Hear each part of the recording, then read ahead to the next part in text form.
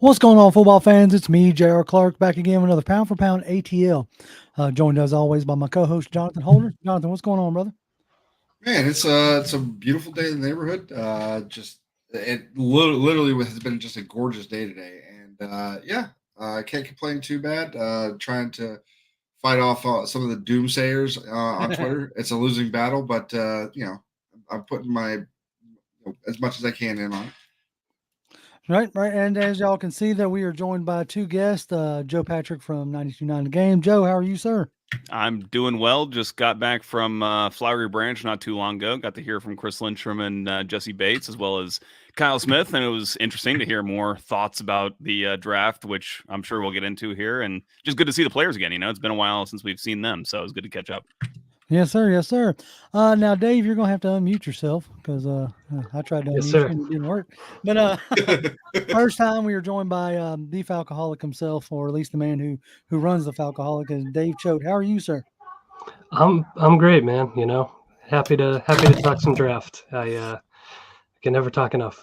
No, doesn't seem like it. Like 4+ hours of streaming, both for night one and night two, definitely just wasn't enough. By Saturday, I thought I was getting sick because my throat was like gravel.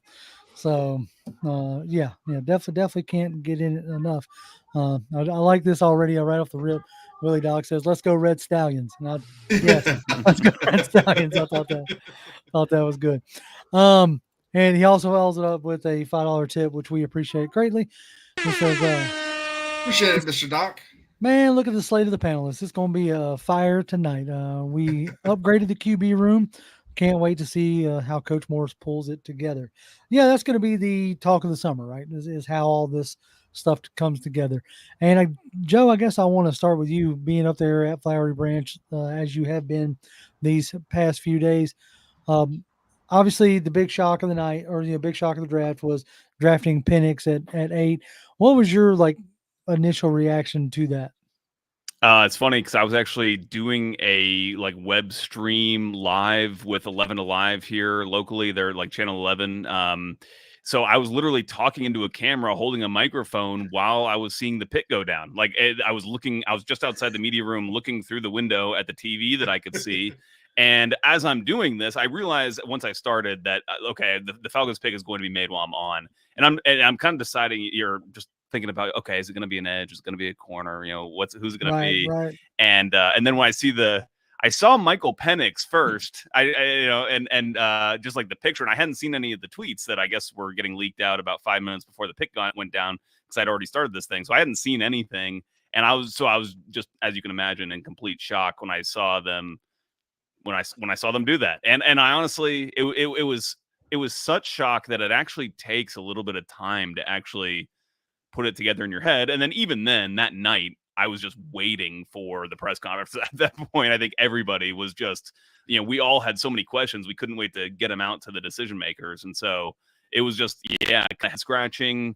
But the more, I think something like that's always shocking when you first hear it, just because it's the last thing you expect. But for me, at least, I don't know about you guys, but for me, at least, the more I have heard the rationale behind it, I think it does start to make more sense. It certainly kind of relies on this foundation that Michael Penix is going to be a franchise quarterback, that, he is the guy that they've identified him to be. And if he is that, it's going to work out. And if not, it won't. So we're going to see how it plays out.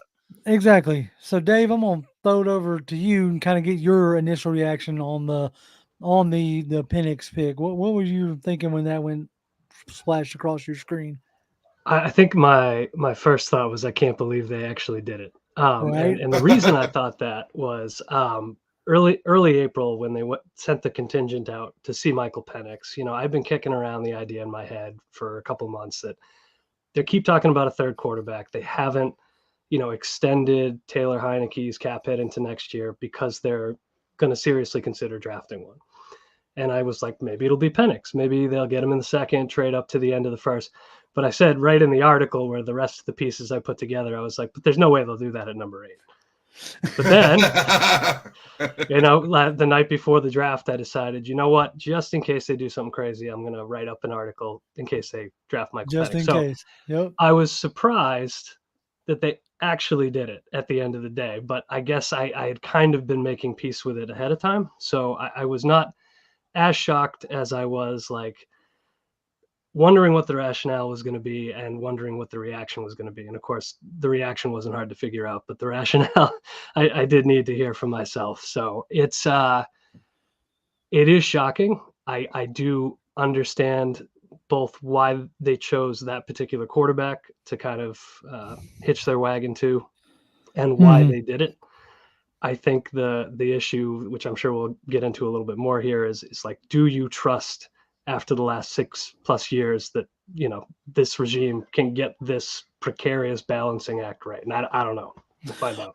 Right. And before we move much further than that, Fred, we appreciate you greatly. Because loved our draft. I think Penix was the best QB in the draft. That's definitely an opinion. In my opinion, Kirk will only be here a year. And it's interesting that, like, without either one of them taking a snap, this is where we're already at, you know, which, you know, at the end of the day, like, my thought process, and I even said on stream, is like, I don't mind the player. Like Penix, as far as like where you're at in the draft, you explored, tried to get up into the big, you know, into the top 3, that you got the door slammed in your face, which arguably you figured you were going to.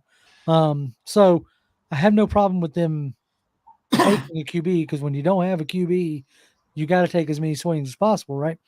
It was just the process of, you know, signing Kirk and then, you know, drafting. But the really funny thing was, back on March 1st, now one of your constituents who's written for you a handful of times reminded me of this on Twitter, Everett Glaze. He retweeted a poll that I had tweeted out in sarcasm, mind you. The poll was like, which situation intrigues you? Kirk with Penix, Baker with McCarthy, Russ with Nix. And it was out of complete and utter sarcasm, because I was like, there's no way, right? And it's hilarious because everybody, like 66% of the people went with Kirk and Penix. And now I'm assuming 66% of the people are like losing their minds about it in a sense, right? So, well, because at that point it was a hypothetical. It was it was abstract, right? Yeah, you know, exactly. it wasn't reality, and now the reality hits, and you're like, wait, what? Hold up.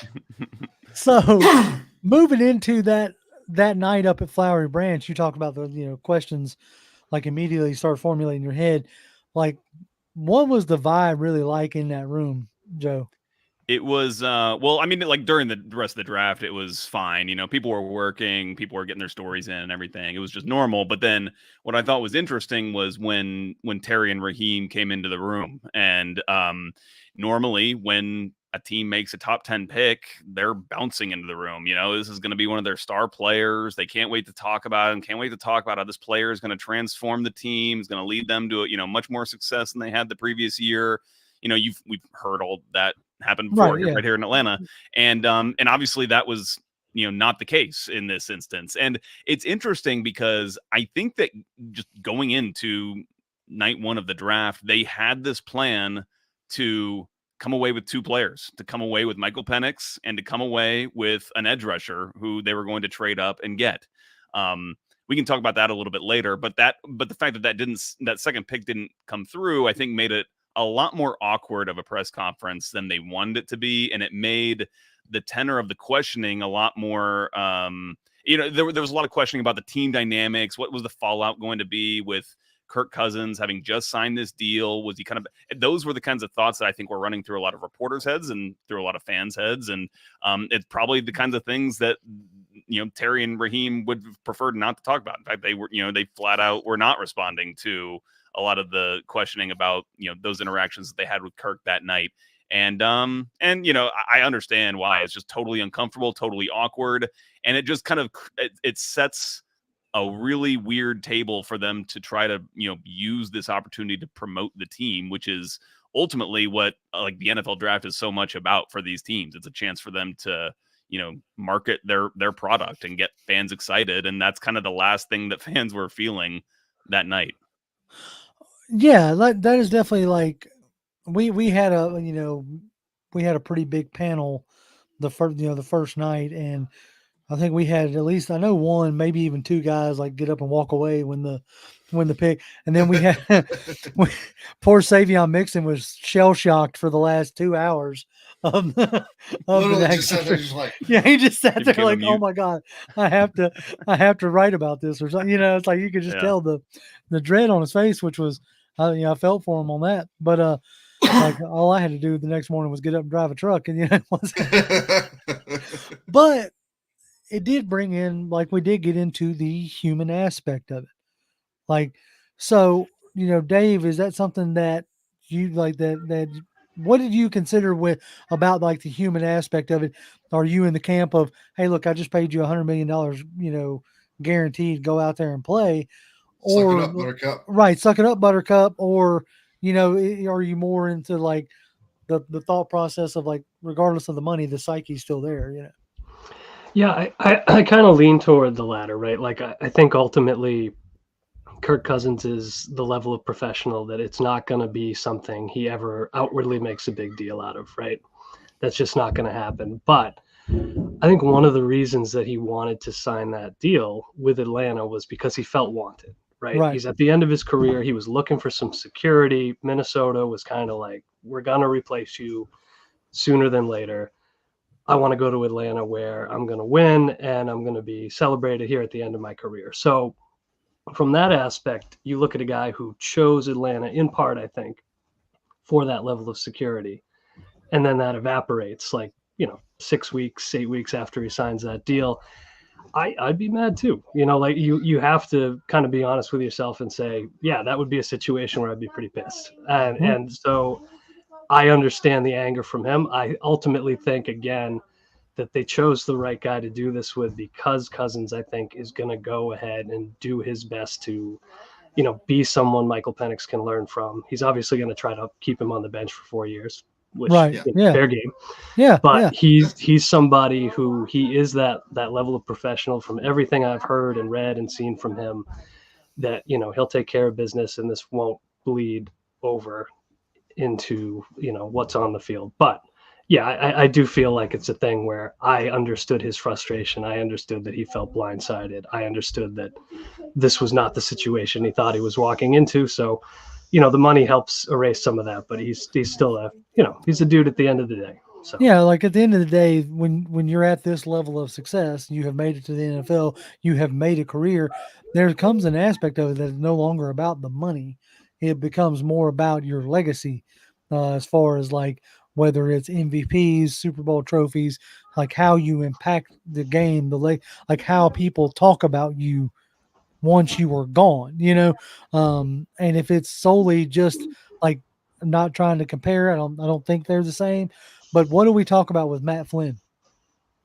The money. That's it. That's all we ever talk about. Mhm. in that one game. Yeah, that one game, like threw 6 touchdowns, right? But anytime he gets brought up in the context of how much money he got paid to basically do nothing, right? Yeah. And that's not it does not seem like, not like I've never met, Cousins, obviously, but that does not seem like that's the legacy that he wants. Is he's the only player who got the most amount of money guaranteed, and he was a smart, businessman when it came to the business of football. I'm sure he wants to be more known for, the sound bites of, Kirk Chains, and you like that, because those deal with like winning football. You don't get to have those sound bites or those like memes made about you, generally speaking, if you're not winning, right? Yeah. So I think even for him personally, I think it was just also like, I want to finish my career here. I want to kind of, have stability in this place that I'm familiar with because of my family.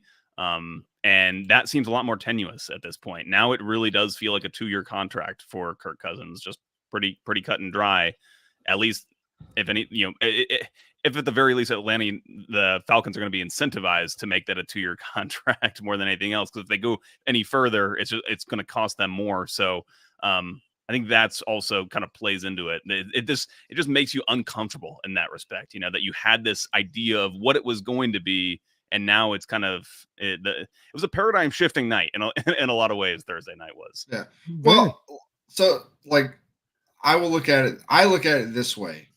if Kirk Cousins, okay, for two reasons, he's 36 years old. He's a 36-year-old quarterback at the end of his career, regardless of whether it's 2 years from now, 3 years from now, 4 years from now, he's at the end, right? And as good as he has been from a business perspective, he has to know that whether it's this year, next year, year after, whatever, at some point the Falcons are going to want to look for a successor to him. Sure, okay? Of course. They have to. And, I'm not going to sit here and say it shouldn't sting for this to have gone down. Okay, I'm not going to tell him how to feel. But at the end of the day, it's, yes, these are humans, but also this is a business. And from a business perspective, and on top of that, you're looking at the kind of contract that you agreed to, that you signed, that you obviously saw after 2 years, there was a potential out in that contract for the team that you're going to. There's no ifs, ands, buts about it. Now, if we had signed a fully guaranteed 4-year contract, like the last one that he got, where all that money's guaranteed, okay, then I don't think there's a good chance that we may not have made the Penix pick.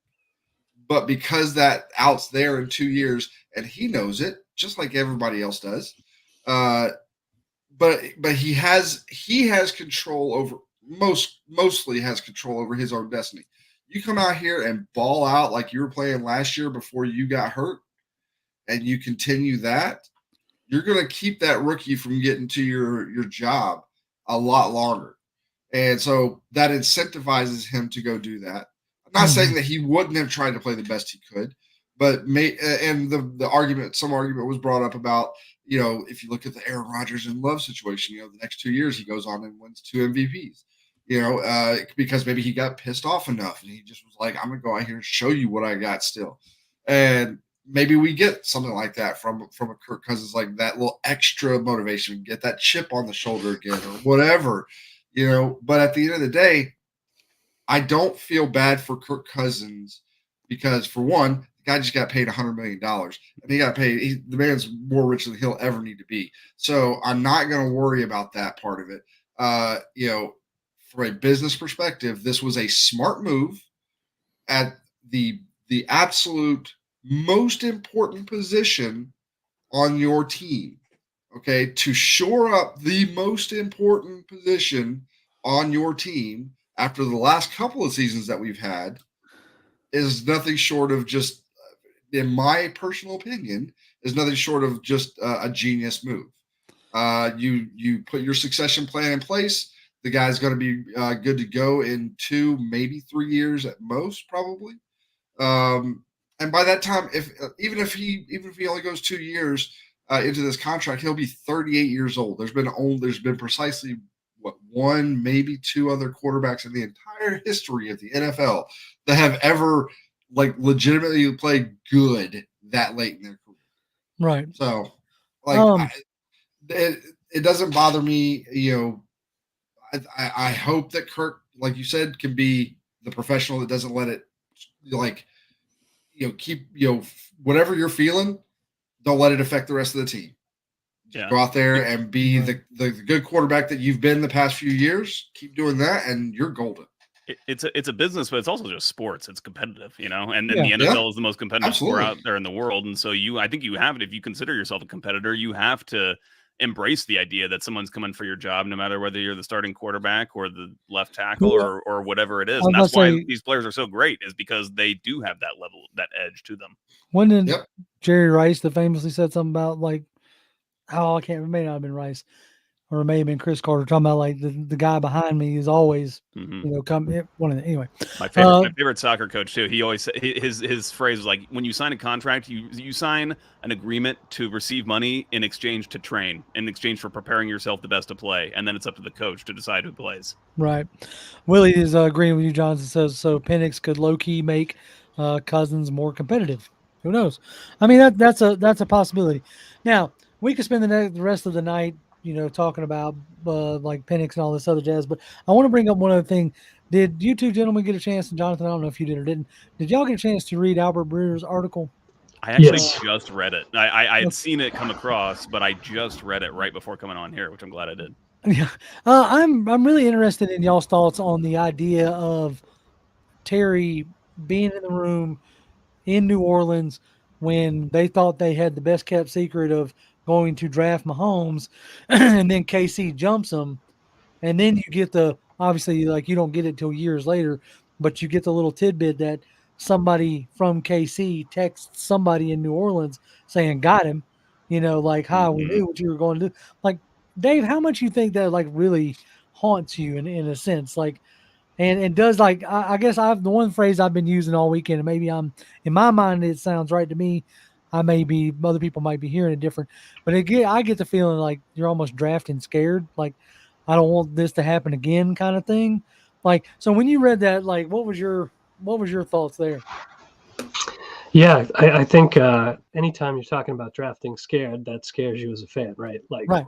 You don't want somebody who's like haunted by past mistakes to be making decisions based on that. But at the same time, is there an element here? Is there an element there for a lot of executives? Probably. Yeah. I think it's interesting in that Breer piece. I had never seen the Mahomes thing validate outside of Sean Payton being like, of course we were about to take him and the Chiefs just happened to snipe us, which you can't believe anything Sean Payton says. So No, it's just and I won't believe it. matter of course for me. Yeah. So have to have a code. But I do think, yes, I think the last couple of years, I think being in that situation, and I think being, adding Raheem Morris to the mix here, who's somebody who, in my opinion, had to wait way too long for this opportunity to be a head coach again.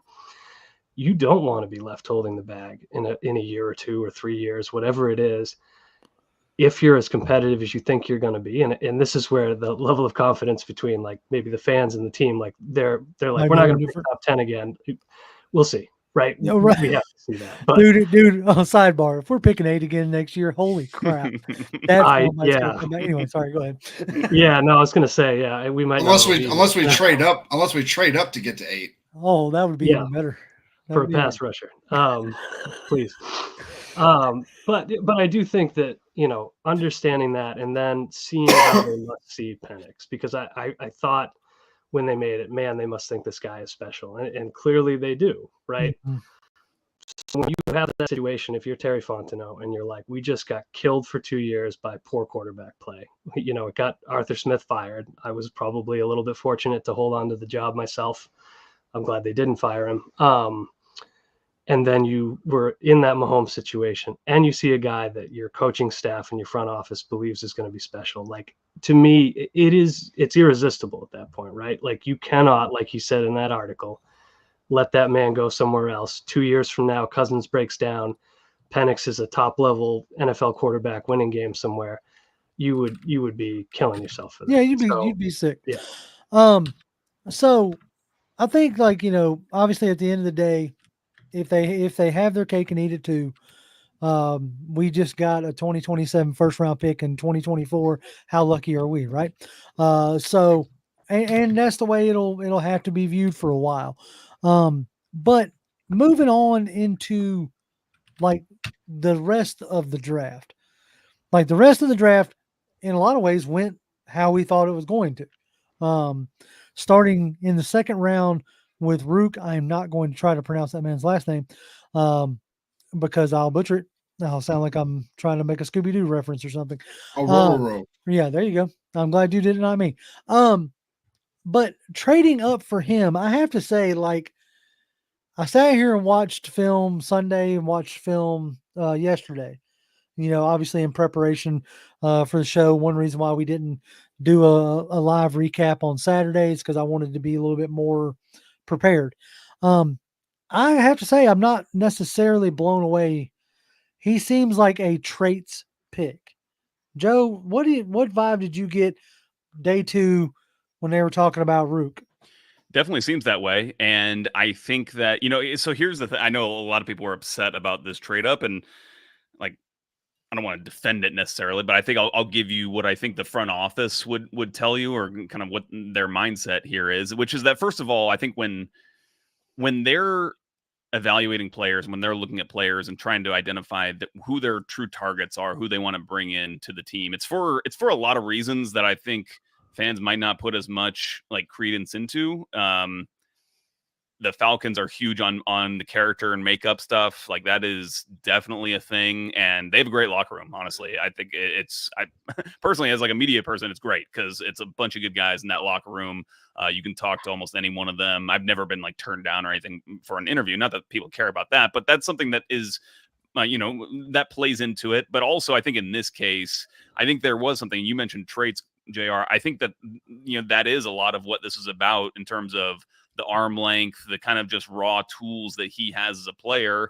And I think they have a feeling that they can, build him up. But there's only one Ruke Orhorhoro in this draft, or at least there's only one player with his traits. And if they want to get that player, so they're targeting that player. They're not targeting Johnny Newton, who is a great player in his own right. I think they would tell you the same thing, but he's just not exactly what they were looking for in that draft. And so since there's only one Ruke Orhorhoro, you're only going to get one shot to draft him. And if you don't get him, clearly he was a very important piece of them. So important that they need to move up to like the third pick of the second round or something like that. Like They gave up the pick they got from Jacksonville. Yeah. And then they got back a sixth. But I think the way a lot of people look at these things is, okay, let's assume they didn't trade up, and one of those teams that did go for a defensive tackle after the Falcons, let's say one of them drafts Ruke, and then so the Falcons are just left with, whoever is the next available tackle, defensive tackle or whatever. And that's just not that. The teams are much more kind of like laser focused in on players they want to acquire, and so they will go take these measures to make sure that they get those guys. And so I think I almost think that people look at it more like a fantasy football type of draft, where it's just like statistical production that you're looking to acquire in a fantasy football draft. And so, if one guy goes off the board that you liked, well, that stinks, but at least there's these other guys that you like. And I just don't know. It seems to me like there wasn't that guy in that kind of pick range for the Falcons. And so that's why they ultimately decided to make the move. So are you trying to say that our analytics and stats don't matter? That's not what I'm saying. I think they definitely look at those things. But I think that so it's funny that you bring that up, JR. And this is something that Raheem Morris mentioned in the Sunday press conference, was actually like he called it a study that he conducted with Jeff Ulbrich, who was of course here in Atlanta, talking about them finding like a direct correlation between arm length and an ability to shed blocks and be productive ultimately in their careers. And so I think that is something that they were kind of looking at in that respect. And that's why they valued a guy like Ruke Orhorhoro so much, despite the fact that he didn't have this collegiate production. Right. I think like with a guy like that, you kind of have to, because you have to, if you're trading up, that means to me, you are laser focused. You do not risk the chance of losing this particular player. And if he's your guy, you move heaven and earth to go get him and do what you need to do. And as we have seen, I'll give this, tip of the hat to Terry. Twice now we have seen where they have made a move at a position that you're like, or did something that has you kind of scratching your head. And then the next like 10 picks are all that. And, a few years back, it was Drake London in the first round. They grabbed him in the first. We were like, okay, I mean, I get it. But then you had like a ton of like not only wide receivers getting drafted, but then wide receivers getting traded for draft picks. And, so it was like wide receivers were moving like crazy. So I'll give them all. And I think Terry, talking about that, like I think he's targeted in this second round specifically. He's keeps on moving up in this second round to near the top. Yeah, Ebiketie. Who was it last year? It was Bergeron. All right. Yeah, and Bergeron. Like the second round is his sweet spot to make a move. Dave, let's enunciate here. What was your thought on Ruke were you thinking it was going to be a Johnny Wilson or maybe a Trevondre Sweat? I didn't think Sweat because that DUI kind of Anyway, go ahead. Yeah, he was a guy I liked, but kind of thought the consensus was, okay, he's going to go a little bit later. I know Kevin Knight had mentioned to me in the run up to it, maybe he'll go earlier than we think, but not top of the second round. But I think, one of the things that I kind of immediately saw was like everybody complaining, like he would have been there in the third round. Why would we trade up for him? And I think people need to remember, like this was like with Bergeron a year ago, you have to go get this guy.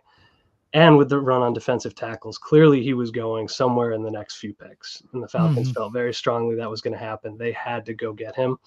You don't have to love the trade up for the player. You don't have to love the player to be like, okay, they had to go get him if they wanted him. I think he's really interesting. I think he is such a good athlete. I think he's got, a track record of playing all over the line. They really like to move him around in Clemson. He didn't play, a ton of snaps at end or anything like that, but clearly he can do it. It's within his tool set. And I think you're talking about a guy whose best football should be ahead of him. Right. I think we saw some improvement. I think the potential is there for him to be a game changer as a pass rusher. And if nothing else, in a really, semi-crowded, but either not very proven or very old group of defensive tackles, suddenly you're putting this kind of raw wrecking ball in there with the potential to become much more than that. He can play a lot of snaps. You can move him around. He's a really good run defender right now. To me, that's a persuasive case for he's going to be a good player. That's like his floor, and he could be special. So if you think he can be that caliber of guy, of course you go get him. So it makes a lot of sense to me. I definitely had less of a problem with that pick in that trade probably than a lot of folks that I talked to. But yeah. Jonathan, knowing, especially from the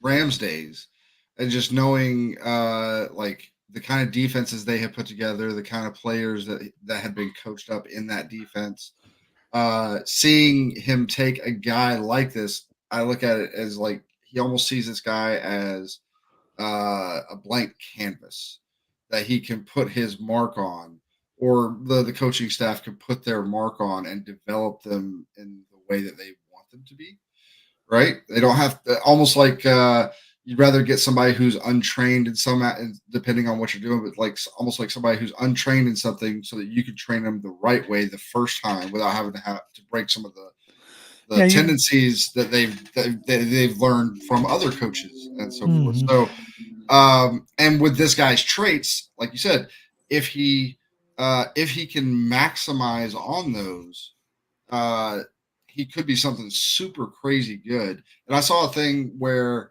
when Chris Jones was coming out of college, this was a guy that got like, I think the maximum amount of sacks in a single year he ever got was like 3.5 in college. Like there was nowhere even close to the kind of production that we see now from him. I'm not saying this guy's going to be the next Chris Jones. I was about to say, I'll quote him down right now. Just not saying he can't, but it's one of those situations where you just don't know what these guys are going to be, and so they're looking at him and saying that he checks all the boxes for what we want, and none of these other guys do, and so I was surprised when the pick came in, simply because I personally if I had seen his name, I didn't remember his name. So I wasn't super familiar with the guy, but when I went and looked at it, I see some of the weaknesses, but most of the weaknesses I'm seeing are things that are very, very, very coachable things, and I have to put faith in the coaching staff that they'll get those things figured out. Yeah, he's just raw in that sense. I love this comment from MJ. It says the problem is the Atlanta Falcons have 53 players, 500 fans, and 70,000 general managers. Stole that from Twitter. Oh, I know you did. Oh no! I saw it on Twitter like 3 days ago. I didn't see it, but it's still a good one. I like it. It's good, and it's true. As far as like it is. Dr. Ganja's got a pretty. He says people comp Ruke to Mabuke, the Matabuke up there in Baltimore. That's where he ends up. I'm definitely not hating on the Ruke pick. Just after watching, some of the film, I'm like, okay, this is obviously a traits player. with the athleticism, the length, all the stuff that we have talked about. And I think that I'll be interested to see how he progresses and how quickly he gets on the field. I don't need him to be a guy that comes in and gets even 5 or 6 sacks in his rookie year, or even the first couple, 2-3 years. Really, what I want out of him is a guy that can come in and create havoc as much as possible. Generally, probably going to be mostly on the inside, I'm going to imagine, but create as much havoc in the middle as possible and push the pocket as much as possible to free up the Grady Jarrett's of the world, the Onyemadas of the world, potentially the Dorluses and Trices and Ebiketis, and free up those guys to be able to do their thing in one-on-one matchups. Force them to have to put 2 or maybe even 3 guys on him so that he doesn't ruin everything. If he can do that and get 1 or 2 sacks here and there, then that is amazing for me. And I think that he gives you a little bit of kind of mobility on that interior defensive line that you might not have out of David Onyemata and Grady Jarrett coming off of an ACL. So I do think that he, just looking at his profile itself, he does add a little bit something different. Again, he's got that versatility. You can play him as a 3 technique. You can play him as a defensive end and like a 3-4. You can move him around in all different spots. So I think for that reason, to your point there, Jonathan, that your hope is that he just kind of helps accentuate all the pieces that you already have there. Yeah, that's definitely the feel. You put it better than I did. Well, he is a pro. Yes. He's a wordsmith. Anyway, so now moving on to the third round pick. And now this one was one of the only ones that I kind of pegged, and it was, an easier one to peg with his former head coach now being our defensive coordinator. Coaches like players that they are familiar with. That's always been the case.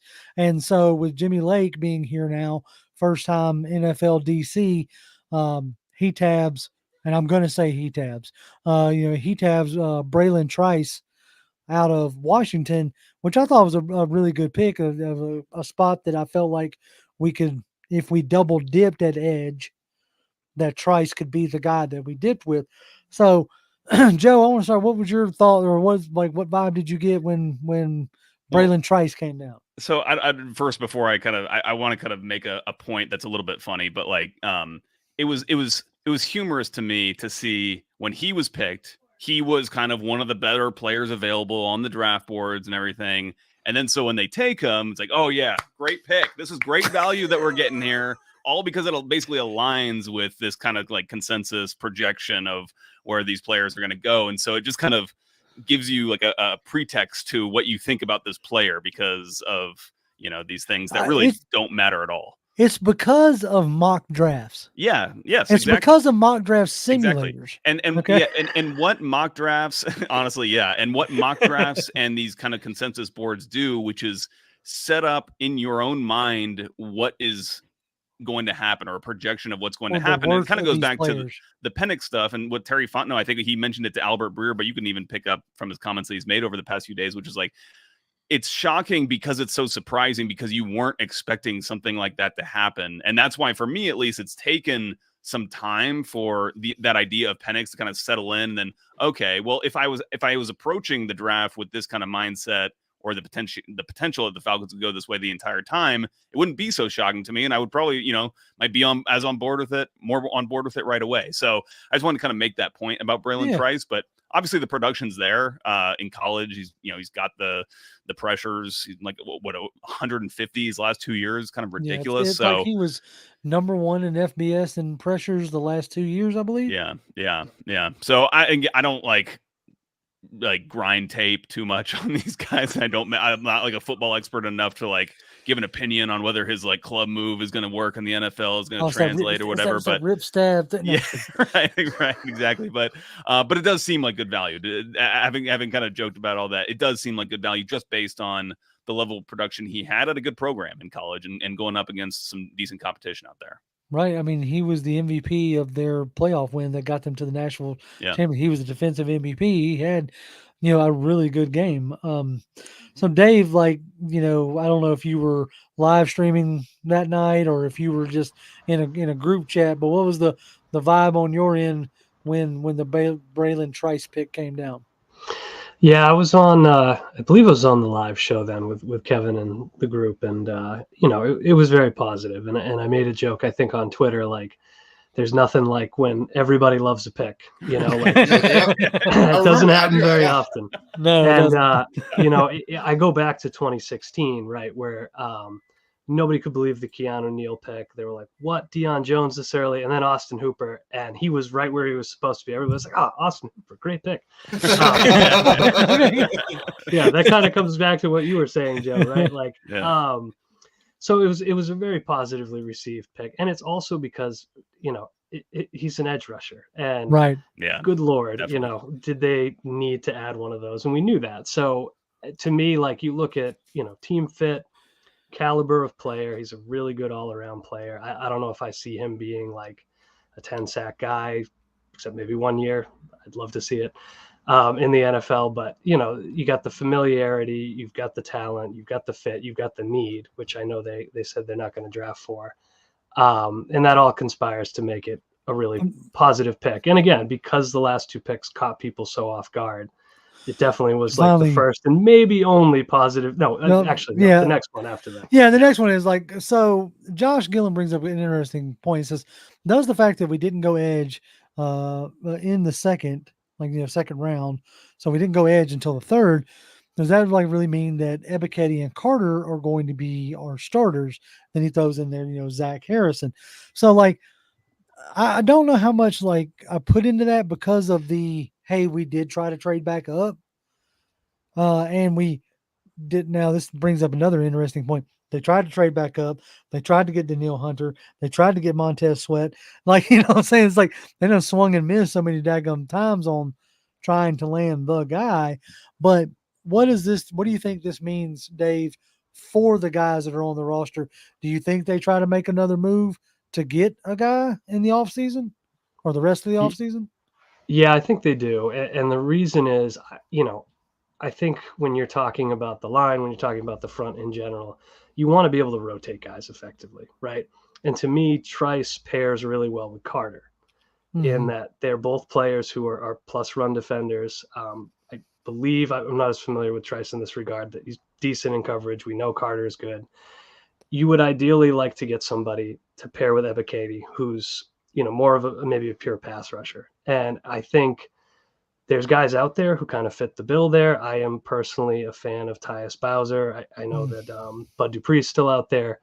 So in my mind, unless you really love, James Smith-Williams or D'Angelo Malone, who aren't really giving you much as pass rushers, you go out, you sign another guy, you try to up-level this thing. And to your point, the fact that they swung and missed at elite guys suggests that they aren't quite finished here yet, and they're not going to be getting anywhere near that kind of production out of whoever they sign.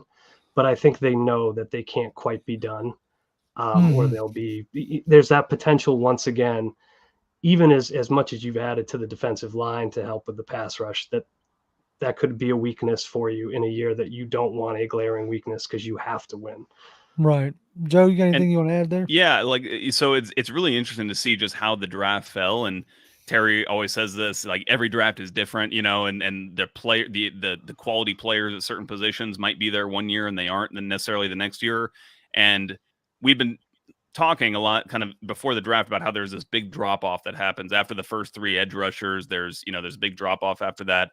Well, that proved to be true to the point where, after the first round edge rushers went, the next edge rusher that went in the second round was taken with the 56th pick, Marshawn Nealand.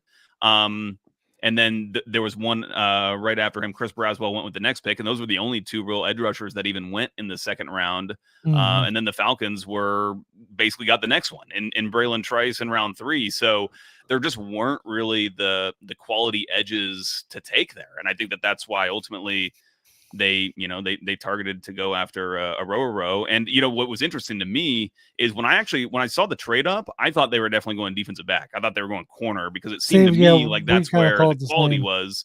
And Terry was talking about these picks, and he was just saying, like, you never want to reach. You never want to reach on players. And it was interesting to me that I guess it kind of like, I consider that him saying, like, it would have been reaching to draft a corner, to trade up in that spot and draft a corner. And so the best value they felt was to take Ruke with that second pick, and then to get the value at the edge rushing spot there in the third. But I agree. I don't think they're done there. And I would say that, obviously there's a lot of anger about this team not acquiring an edge rusher, and I totally get that. But not just them not acquiring that edge rusher, but them prioritizing the quarterback in that first round over the edge rusher. And I would say that, you don't want it to come to this, but edge rushers do come available more often, especially like if you get off to a great start and you feel like you actually have a shot. Very oftentimes, you can potentially make a trade for an edge rusher. We saw 2 really quality ones, or 3, on the trade block last year. You've got some older guys around the league. You never know. I know the guys out in LA with the Chargers, Bosa and Mack, just signed deals, but you never know when a player might become available. That's just a position where you're more likely to be able to use an alternative route to acquire one. I know I don't want to get back into the quarterback discussion, but that's where I just felt like they felt the value was. We made that same trade our number 1 next year before the NFL could take it. Well, Fred echoes a point that we made earlier. He says, Trice had more pressures than Turner and Latu, and that's probably something that made them feel good about taking Trice in that in that particular area. But there's rumors that maybe a guy like Trey Hendricks might be available, that you might be able to swing something before camp. So we'll see how that goes. I do think that they may continue to add. Somebody had brought up, that Keogh Witherspoon's still out on the market. Same thing with Jalen Johnson. Wouldn't be a big shock to see both of those guys come in. But moving right along the line, we go to add yet another defensive line, which, given we talked about like Terry's history in New Orleans with the Mahomes thing, we'd be remiss not to bring up the, last year, Raheem Morris, what he did on that line with, Kobe Turner and Brian Young, those both, second and third, or both third round guys. So, maybe that's what they're leaning on here by double dipping so much. And Chris is giving us a drum roll, our resident Oregon fan, because now we get to talk about another guy that going into this process, I was actually kind of high on. Early on in the process, he was linked to like even possibly going in the first round. That was very early on, and then it kind of started the dust settle. But we're talking about Brandon Dorlus, who is yet another very versatile defensive lineman. Now the games I watched 3 games of his, and he played mainly rushed on the inside shade of the guard. So the 4-eye technique, which is, where Grady rushes from quite a bit. So Dave, what was your thoughts when Dorlus came up on the screen? Yeah, I was a fan of that pick. I love his game, and I love the way he talks about his game. Like some of the post-draft interviews and stuff, like talking about how he likes outsmarting guys and you can't outwork them. Like that's just great stuff to hear. But I also view him as, again, an ideal complement for what they want to do on this line, because, kind of looking back at where he played the last couple of years, he played a lot in 2022, I believe, exclusively at end, most of his snaps, but he's also played inside. He's really productive, talented player. So, again, at some point, the question is are you sinking too many resources into one area? But I don't really think so. You look at Dorlus, you look at Ruke and what they can offer, the versatility they have in year 1, so you can move them around a little bit, get the production. And then next year, it's within the realm of possibility, as much as it pains me to say this, that Onyemata is gone and Grady Jarrett's gone. Oh, right? I knew you were going to say it. Yeah, it's unfortunate. I don't even want to say it, but yeah. So you also, this is another future contingency planning, right? Like both of these guys can help right now. I'm really optimistic about Dorlus playing quite a bit and playing well in year 1, but you're talking about potentially outright replacing guys next year. And I think that's where both of these guys are going to really shine. Yeah. Kind of speaking on that, Joe, I think it was Kevin Knight was putting some threads on Twitter as we were about to head out or do the show here. It really did feel like. Did you get the sense that this draft almost felt like, okay, we feel good about our team, what we have done in free agency, the way it's constructed to play right now, which I think they even said.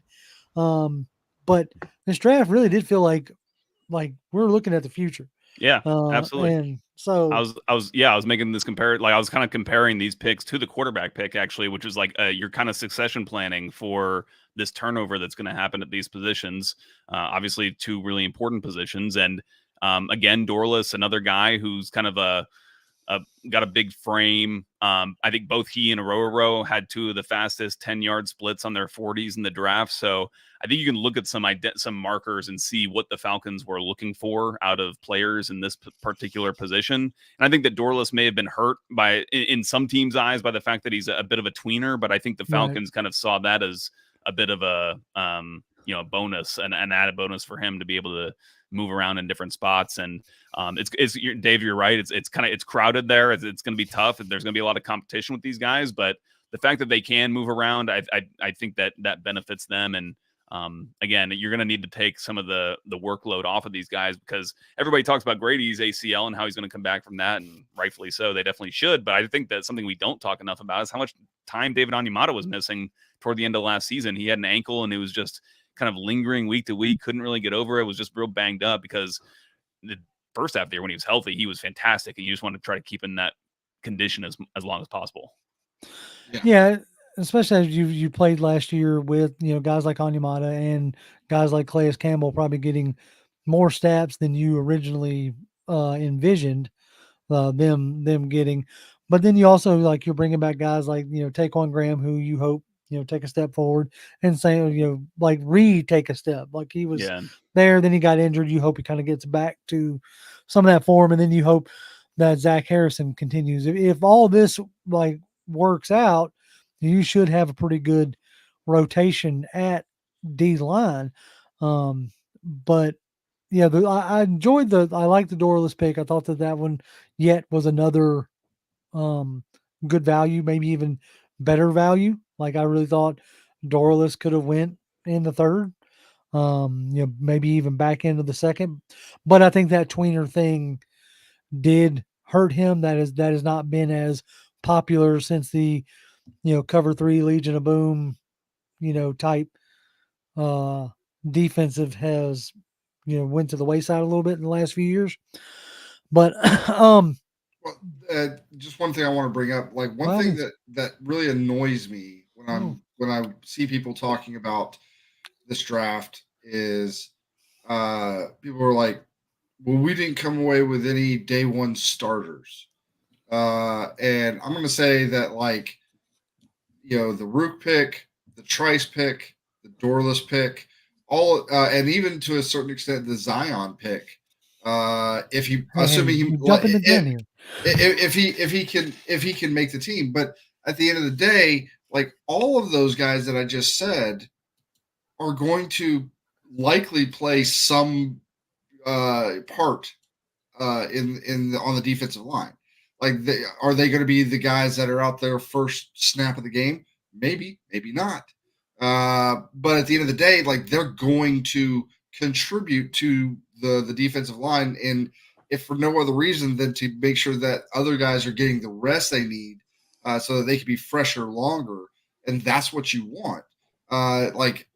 Even if we had gone out and gotten a Latu, Turner, or Verse, those guys, whether they were named starters or not, they're not playing every snap. They're not even going to come close to playing every single snap. So, you're going to have one guy maybe plays 50%, maybe as much as 60%, and some other guy's going to play 40% or whatever. But at the end of the day, they're all going to play a good amount of snaps. So whether they are the starters or not, they're going to be out there and are going to be expected to contribute no matter what. And it just annoys me when I see, especially now you want to talk about on the offensive side, that's a whole different matter. But on the defensive side, there's so much, especially on the line, there's so much rotation that goes on that whether you're a starter or not is functionally immaterial. It doesn't matter. No, agreed. Willie Doc, we appreciate you greatly, as always. Cheers, sir. He says, can you opine how the Morris Fontenot style is different from the Smith Fontenot style, draft style? Which that was an interesting question. And then he follows it up with, since it's been 3 years, how's the 2021 draft looking now? So the 2021 draft, that would be the Kyle Pitts draft, right? Make sure I'm not getting that wrong. Yeah. Okay. So starting Dave, what do you in now that the draft is done, do you see a difference in style from like the Smith era to the first era of the Raheem draft? I think it's so hard to say after one draft, right? Right. Like, It's kind of can you tough. really apples to apples? No. But I think what you're seeing, the big difference is it's not so much in philosophy, because I still think this more than any other draft drove home for me best player available, right? Because Yeah. they did not pick guys that we thought were necessarily the best players available there. They picked who they thought. But I think the extreme focus on the defensive front reflects like that priority for Morris as the head coach to come in here and say, we need these guys up front for a succession plan just to make this unit better here today. That's a big change. Like that single-minded focus was definitely noticeable. I think we're going to need to see another draft or two before we can say, oh, this philosophy is different with Morris here because of X, Y, and Z. I just don't know if we've seen that yet. And what's your like overall grade on the 2021 draft? I was trying to, without looking up, I was trying to go back and remember. So it was Kyle Pitts, it was Richie Grant. Yeah. Third round was Jalen Mayfield. Oh yeah. Ooh. Darren Hall. Then you got Darren Hall. Right. Then you got, was Dahlman 5th round? Or yeah. No, he was still 4th round. They had 2 fourths there. Okay, so yep. So you got Ogundeji, who might be cut. Like he's been MIA. Maybe now going back to a 3-4 might benefit. Taquan Graham. Yeah, Taquan Graham. Graham was in the 5th for him. Yeah, yep. Ogundeji was taken after him. So outside of Avery Williams. Yeah. Probably at one point in time was the best, punt returner in the league. Yeah. Well, he was until he got injured last season. Like, yeah. It's so not like the last time he played on a football field, he was the best returner in the league. So thank you very much. MJ says, I don't even eat Mayfield ice cream no more because of Taylor Mayfield. Look, you don't want your quarterback here. Draft him. No, that was a rough one as far as like Jalen Mayfield became a butt of a joke. But I mean, you really are like, it's hard to say these last 2 years with Kyle Pitts because of the QB play. This year is going to be they picked up his 5th-year option. So they, at least on the surface, feels like they feel like he's going to look more like the rookie Kyle Pitts versus what we have seen the past 2 years. Richie Grant, like Raheem spoke highly of him as far as his film.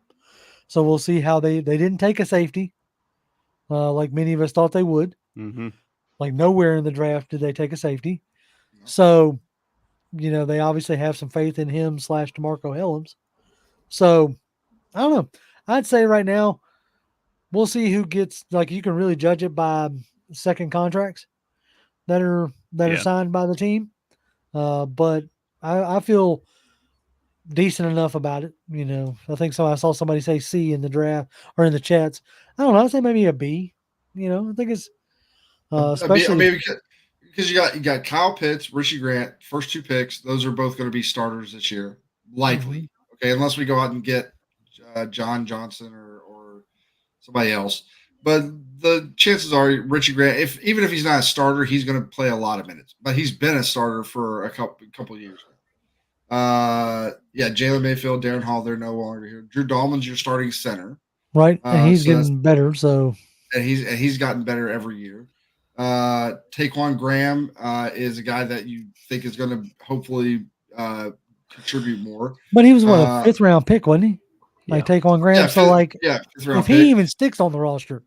But and then Avery Williams. So out of 1, 2, 3, 4, looks like 9 picks, you had 5 that are like serious contributors to this day. I say and it's will pretty good. likely be some serious contributors into this season at the very least. So that's not a bad draft. Like you got Ain't bad, over though. half your picks that are still on the team and that are still somewhat contributing to the team's success. What you Let me got, ask Jeff? you guys. Let me ask you guys this: do you Yeah. think Kyle Pitts will get a second contract in Atlanta? Do you think he'd sign in Atlanta for a second year or for a second contract? I think so. It may not be Because they just like signed Charlie Warner to 3 years, which I thought was interesting. That they're like, he's like a longer term option for them right now than Kyle Pitts is on their current contracts. you're not wrong, but I think the this fact- year will have. I Honestly, think, yeah. this year is going to be so telling. So I think it's a lot of it's physical about how healthy is he? Can he run the routes and do the things that we want him to do? I don't have it. I couldn't tell you whether it's yes or no at this point, but I got a fact that it's up T-shirt in that the says air, I I think hope is a he little is. No, I'm interesting. kidding. What's that? So I got a T-shirt of him, so I hope that he's still here. Right? Yeah. No, Sure. I'll have to put it somewhere. Dave, what do you think? You think they would? Do you think it hinges a lot on this year? Yeah, I think it absolutely does. I mean, he's got 2 years potentially. They picked up the option. Yeah, they picked up the That's option. right. I guess So he's they got got the this year, extra next year. Yeah. Yeah, but I think like if you're thinking about like, there's a lot of guys who are on a 2, maybe 3-year timeline right now because how are they going to mesh with Penix, Mhm. right? So you Right. want to see Pitts this year more so, I think, and then next year.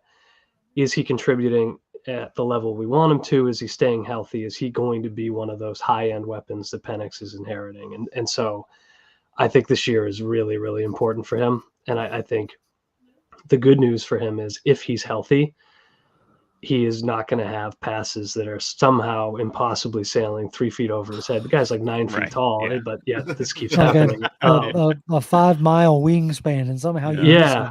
Yeah, I like they don't- drafted him for his catch radius, and like even that's not enough. Like it's kind of a cruel joke. So, but like Yeah. with Cousins, he should have an opportunity to have the kind of huge year that he should have had last year, the year before. So Yeah. And it's such a good point. And I think it underscores a lot of, like just we don't know so much about what this Falcons offense can be because we haven't seen it executed by, a competent quarterback play. And so I think for that reason, I still think people tend to underestimate how much of a difference next year's team, how different it's going to look and how much of an impact Kirk Cousins is going to make. I hear a lot of, conversation with the Penix pick. Well, why do we need Cousins if we're going to draft Penix? It's like, well, because I think you're going to get pretty top tier, close to it quarterback play this year, which is going to make an absolutely massive difference in the way this team's able to operate on the field.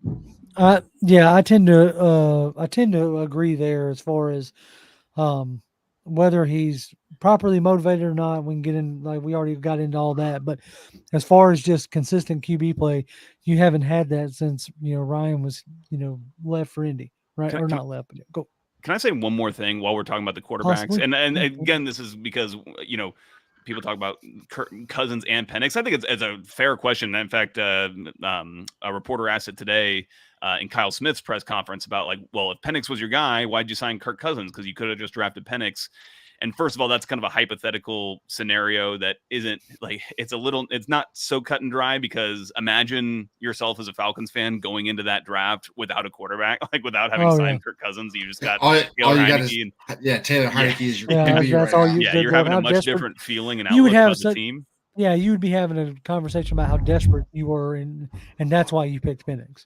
Yeah. Well, anyway, but as far sorry, go ahead. but I think even more importantly is if you just got to look at the devil's in the details with Kirk's contract and how that kind of interplays with Michael Penix, basically, getting that cheap rookie deal. And I did some, napkin math. This year, towards the quarterback position, the Falcons will have about 36 million of cap.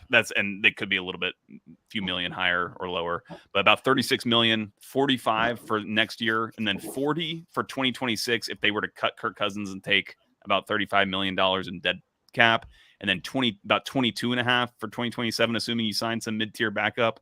And then you would have Penix's 5th-year option for 2028 at like 25 to 30, whatever that ends up at. But basically, you're not paying an exorbitant amount at the position really for the next 5 years. I know that a lot of people will say like, you want to have the rookie deal, you want to have the rookie maximize deal. That's the new buzz thing to help build the team. Maximize the rookie. Yeah, but I think that's basically the hedge that the Falcons made was we're not even gonna like worry about really having a super cheap quarterback. We already tried that. That was the Ritter gambit, and it failed miserably. So let's just hedge our bet here and do our best to have above average to high quality quarterback play, and we'll pay a fair price for that. Right. And I think one thing that I would add too that hasn't really been talked about to this point is the thing with taking Penix too. Even though I think you could argue that maybe he's ready to start now, is if you believed that you wanted to get Penix in and give him some time, not only to grow, but also to reconfigure the offense because he's a left-handed quarterback and you have to think about that. You would give yourself maybe a couple of years from a personnel perspective to do that. So there is that element too. Oh yeah. And like they're hedging their bets. Like it's so funny to see a coaching staff truly hedge their bets that they're going to be here in 5 years. Like I know that's like ha ha ha, but that's really what they're doing. Is we're trying to win now, and I get all that. Hey, we've got to win now. Need to put a product on the field, but we also don't want to, because that was, as I've said plenty of times, that was my biggest issue with the Cousins signing, was that in 3 to 4 years you're doing this again, and now they're saying no, we're not. We believe in this guy, and we're not going to. But like I said, it's a 2027 first round pick, and I'll be excited to see it that year. But now we're going to, as we've already busted over an hour, so I don't want to spend too much more time, taking up you guys' night. But we picked linebacker out of Notre Dame, J.D. Bertrand, running back out of Alabama, Jace McClellan. Yeah, McClellan. Everybody knows how great I am with names. Then you got Zion Logue. I've been saying Logue. I don't know if that's right or not. No, you're probably right. I'm gonna say I actually stumbled across a TikTok of one of his teachers today for some odd reason, which was a really nice, touching story. So I think she said Logue. Anyway, he out of those last 3 picks, J.D. Bertrand was interesting. Seems like I kind of thought it was hilarious that Raheem Morris called him Captain America. I thought that was great. That was a good soundbite. He's also a local boy. I was about to say Georgia native. I thought that was. I'm biased. He went to my high school, so I think there he's you go. The best pick of the draft. Yeah. Right, Joe's first one to my high already school to ever be drafted in the NFL. Yeah.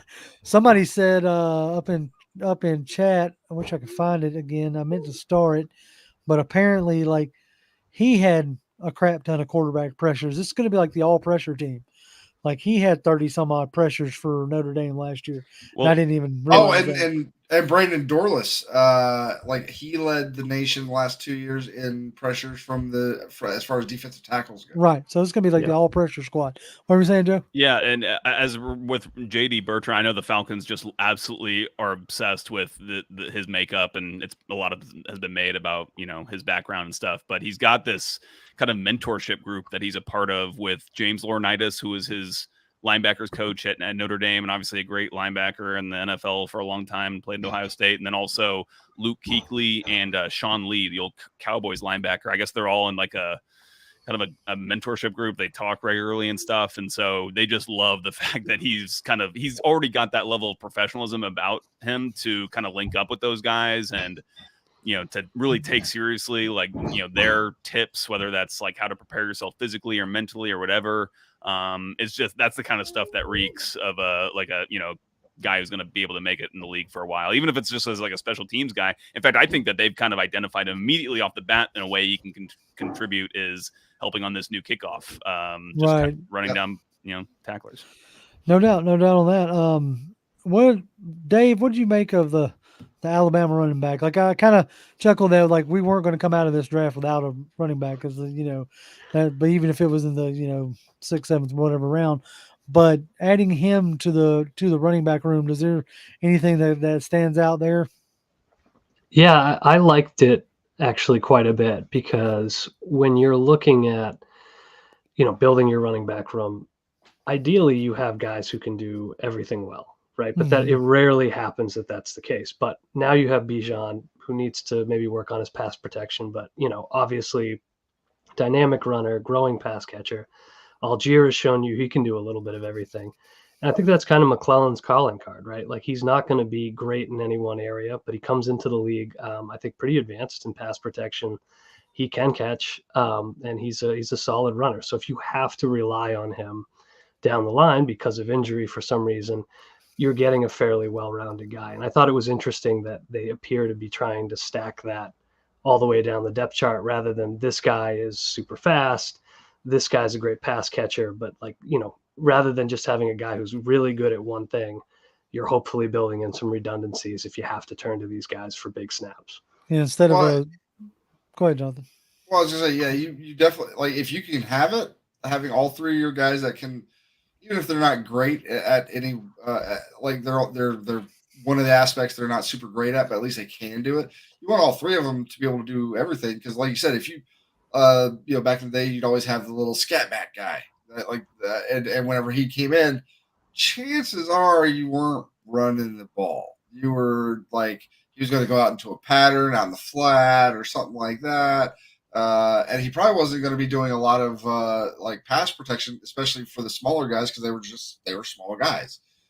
So yeah, having I was surprised like to coming out of Alabama and like the times I saw him, he looked like a really good runner. And so I was surprised that he was still there at that time. So I was super happy to see him.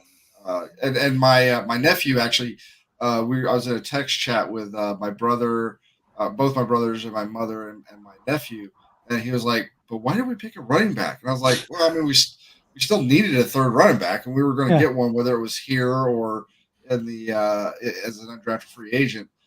So we needed to get one. And this guy seems like he's a pretty good running back. So this is not a bad pick to make here. So." All right, over under on if Zion Log takes more snaps than Eddie Goldman. Great question. That's a great question. Because when I first looked into him, I was like, all right, because I made a joke. Somebody on stream was like, we were talking about always like you got to draft Georgia Bulldogs, ha ha ha, and they were like, well, who's left? And at that time, I was like, I think there's a DT left, and because I was blanking on his name. And sure enough, we pick him.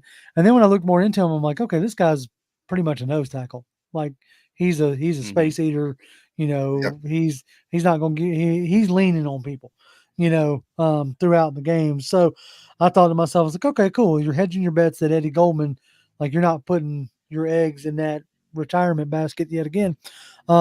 So like, how smart did you think that pick was, Joe, as far as like adding to that DT yet again? I mean, it's fine. Like these are guys who, if the Falcons don't draft him, they could have maybe picked him up as a UDFA. It's depth. But it's probably smart, and it kind of ties in with this theme of just bolstering that defensive front, and even JD Bertrand, is kind of part of that front. Front seven. But yeah. I'm thinking more. I keep thinking about the bet of the over under. I'm gonna say Dr. Don just says over, and so does Chris. Over for Zion to take more for snaps Zion taking more snaps. They're taking the for over. some reason. There's this like inkling in me that thinks Eddie Goldman's gonna have this comeback. I know it sounds silly because of what's happened. This junction, like the way things tend to play out with me when I go hard in on something, like especially on hard in on a joke. I tend to have to eat crow about it. Right. like the latest one was CP84, right? That whole summer I was like, anytime somebody would bring him up in the chat, I'm like, oh, he's just a returner. Don't worry about it. Yeah. And like I would not give him any credence whatsoever. And of course, he's the offense for 2 years, So I had to eat crow on that one.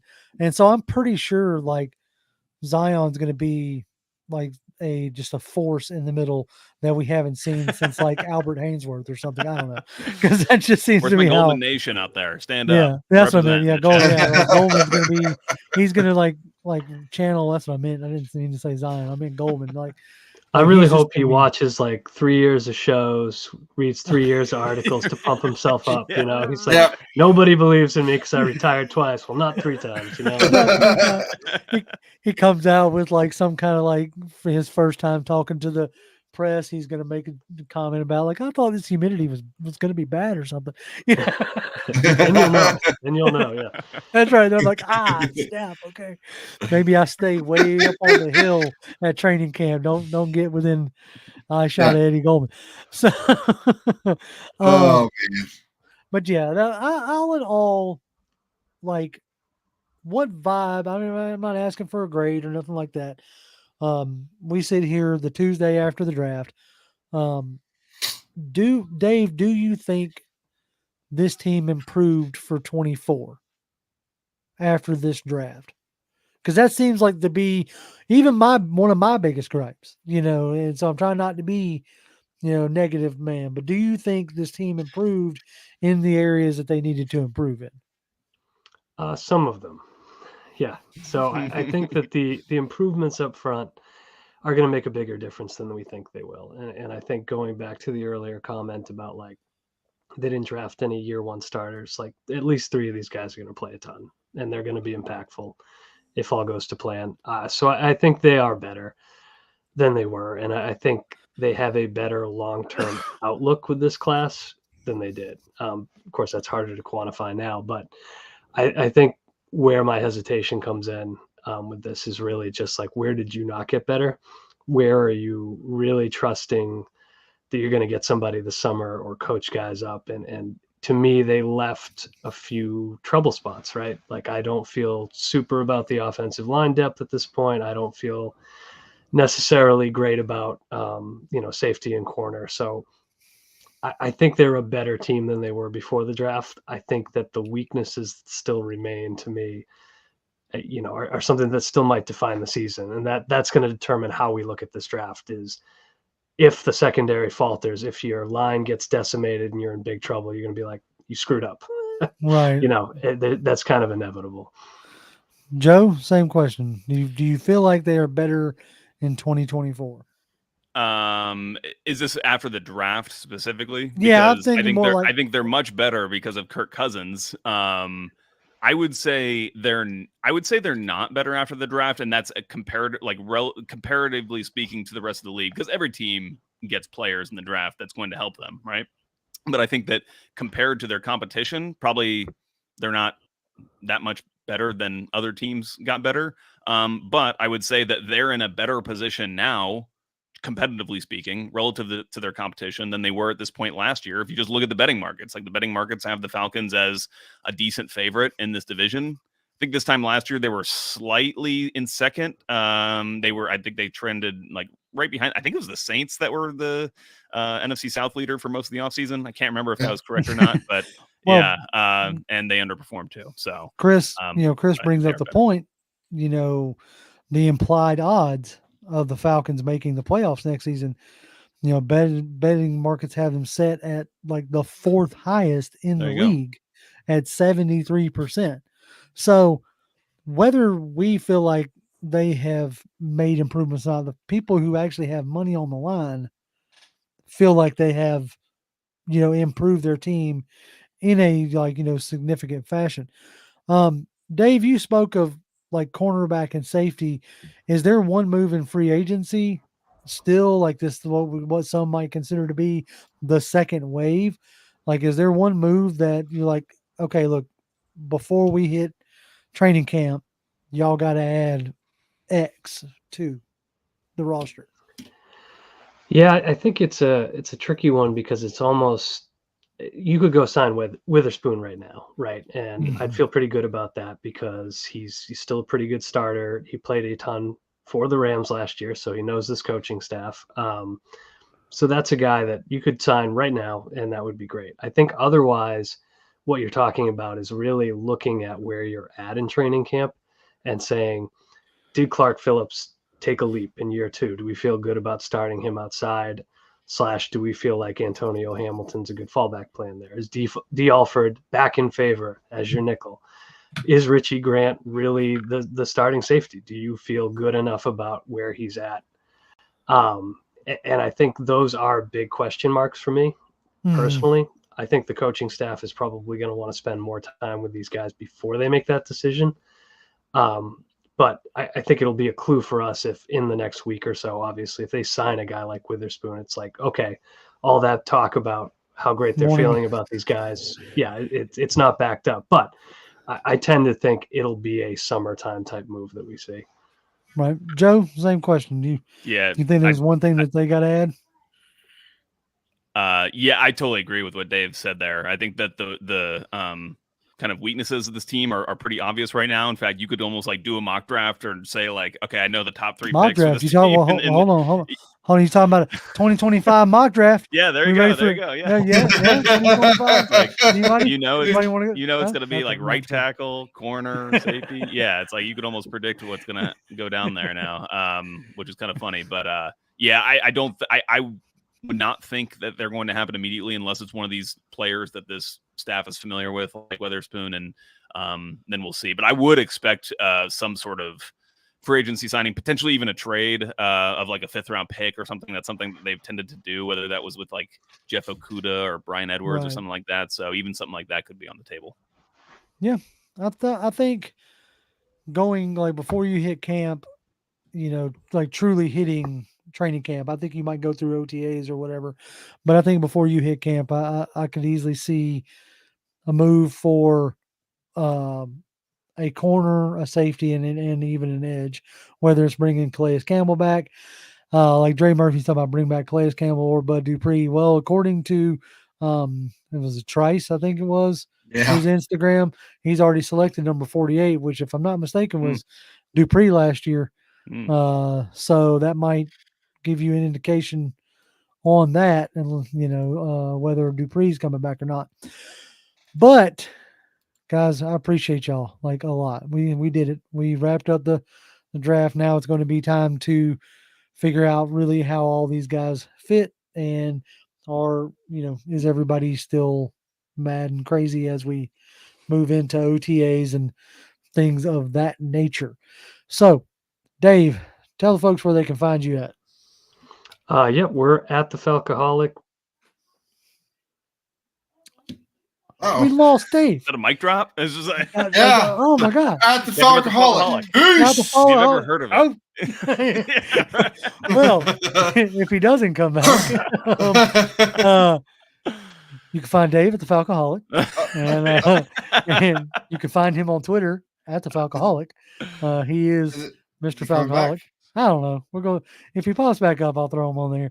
If not, we'll just wrap up for him. Joe, tell folks where they can find you, sir. You can find me on Twitter X at jpatrick200. Twix is what Mike Rothstein called it. And 929 the game. Just check us out. We had our most listened to day ever the day after the Penix pick. Oh, I would imagine. I don't doubt it. The most listened to, like the most listened days are day after Penix, day after Arthur Smith fired, and then I think it was day after 28-3. So are you trying to say that I would personally maybe in that respect prefer us to not have so many high listen days, but nobody listens when they're happy. They're out doing no. When they are out for blood, that's when they that's when they listen. They want to hear I listened a little bit Monday, like late in the day Monday. So I was listening to Dukes. Yeah, I can't remember the guy that was on with him. But it's Chris Thomas, the producer. Chris Thomas. Turtle. Yeah. And he that dude just got under my skin. I disagree with him quite a bit about his reaction to this draft. Yeah, but sorry, go ahead. But he was saying but Dukes I think was just doing a really good job of laying out the reasoning why. Mm-hmm. And he had been talking about it beforehand. Like it wasn't like this was he was not necessarily surprised because he'd been talking about like, oh, that it might happen, Mm-hmm. And but he did. I think he did a good job of really like putting it in a way that a lot more people could understand why this move was made, and I think he helped a lot of people kind of come to grips with it. Mm-hmm. So it was a very it was cool hearing that because I was like, I'm not even going to listen to talk radio for like until the season starts. I just may not even mess with it because I just did not want to hear it. But I heard some callers call in and they were like, I was mad as hell Thursday night, all through the weekend. But I've been sitting here listening to you, and I've kind of come around to it a little bit. Maybe some people were still like, look, I don't like the pick, but I'm not so like pitchforks ready to storm Flowery Branch anymore. Which is fine. Like if you don't like the pick, you don't like the pick. I have no I have no problems with somebody who doesn't like the pick. They thought maybe they should have gone this way or this way or that way or whatever. But at the end of the day, like, and I'm not trying to do this to like bury JR, but like when I hear the term come on. drafting I'll drive to your scared, house. yeah. When I hear the term drafting scared, to me, drafting Michael Penix at number 8 in this year when you just signed your quarterback who's going to be your quarterback for at minimum the next 2 years, probably the next 3. Okay. But right after that is like the exact opposite to me because you have to know.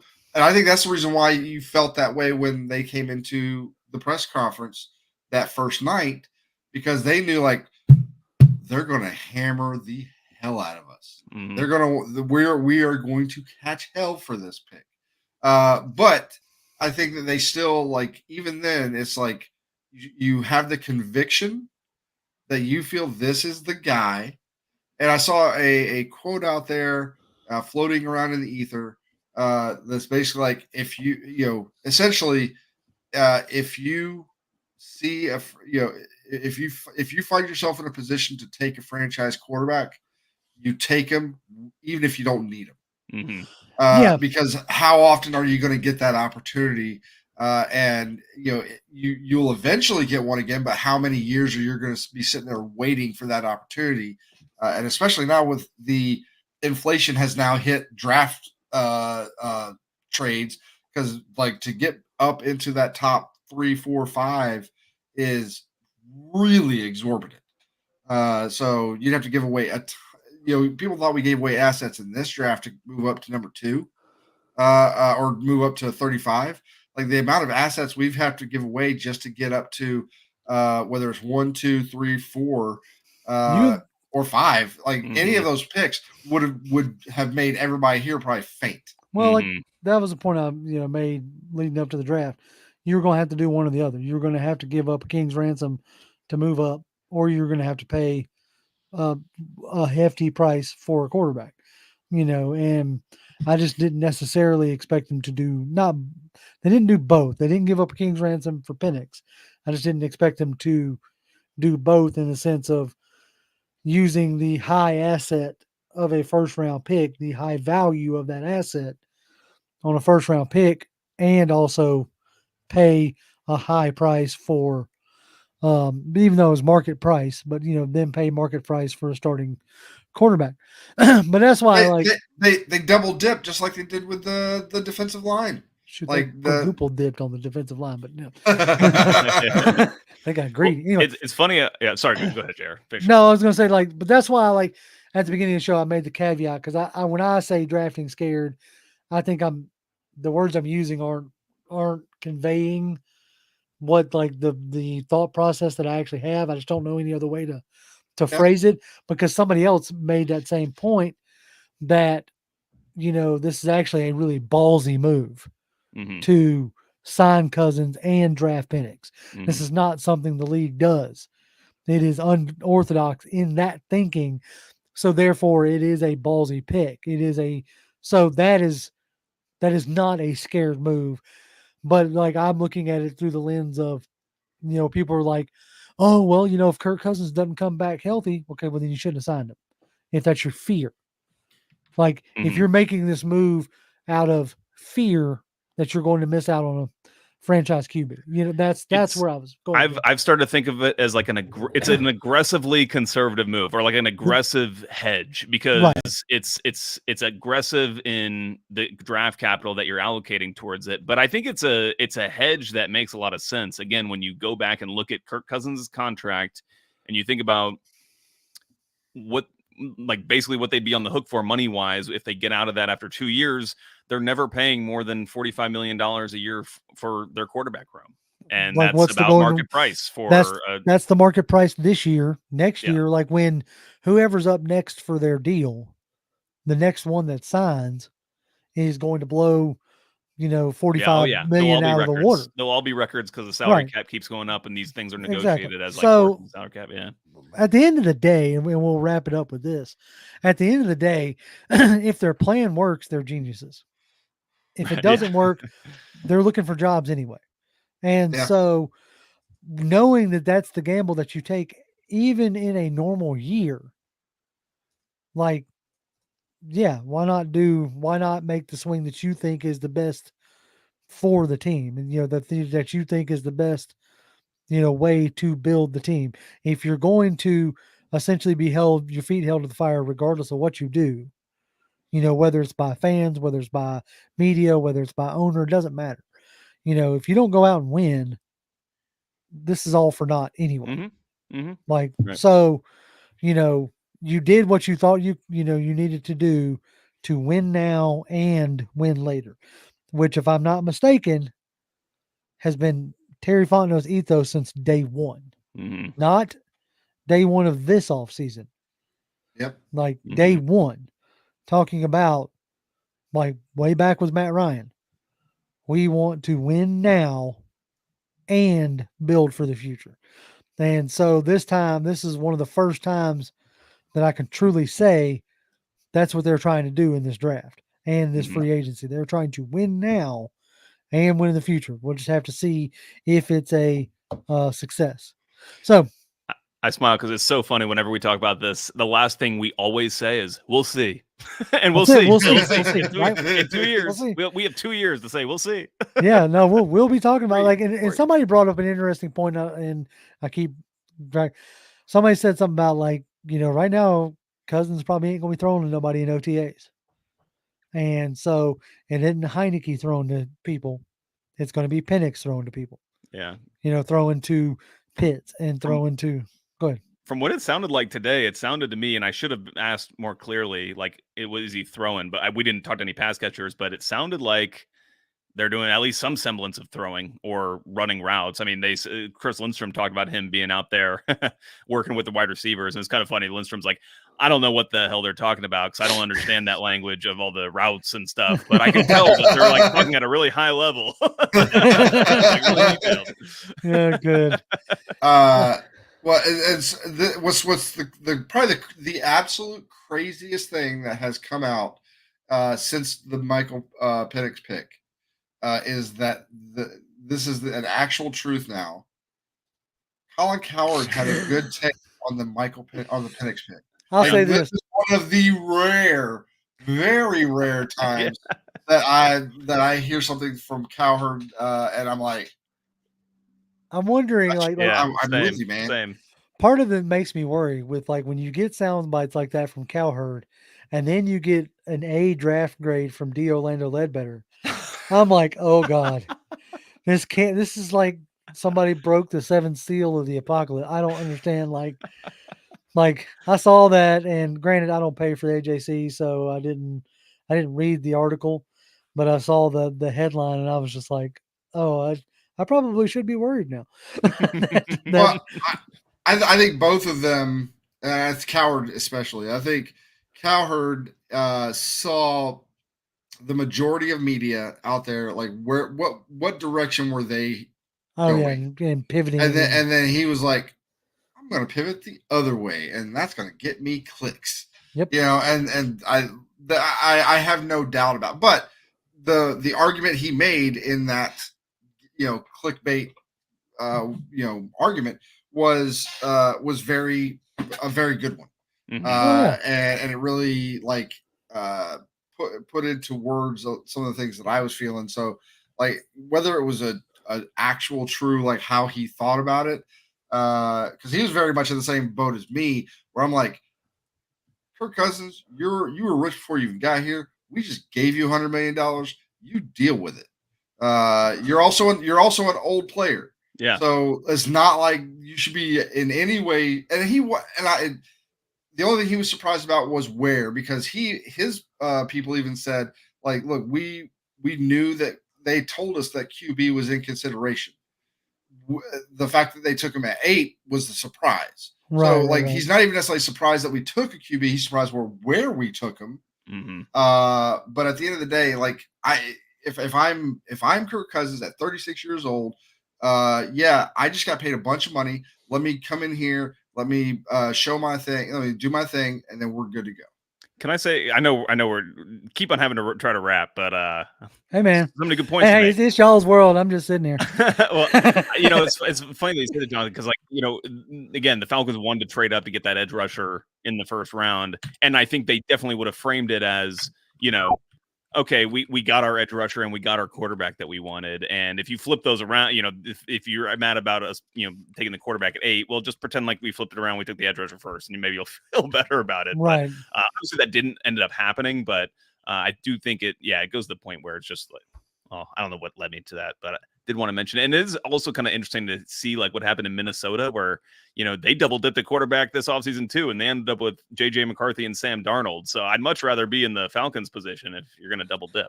Oh yeah, like definitely for sure. Like my whole deal was like I wasn't mad at the pick per se.